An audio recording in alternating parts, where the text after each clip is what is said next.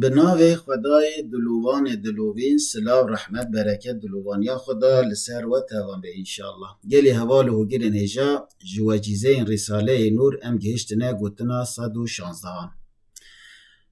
Ger te dijmin divê nefis bese, düşman istersen nefis yeter.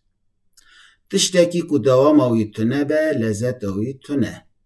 Devam olmayan bir şeyde lezzet yoktur. Nefis her tim mere bi bal tiştê nebaş ve diajû. Nefis daima kötü şeylere sevk eder. Mêşa hengiv av vedixwe hengiv diherikîne, mar av vedixwe ji her dirêjîne. Arı su içer bal akıtır, yılan su içer zehir döker. Cihan diye rojekî bêje me haydi derve.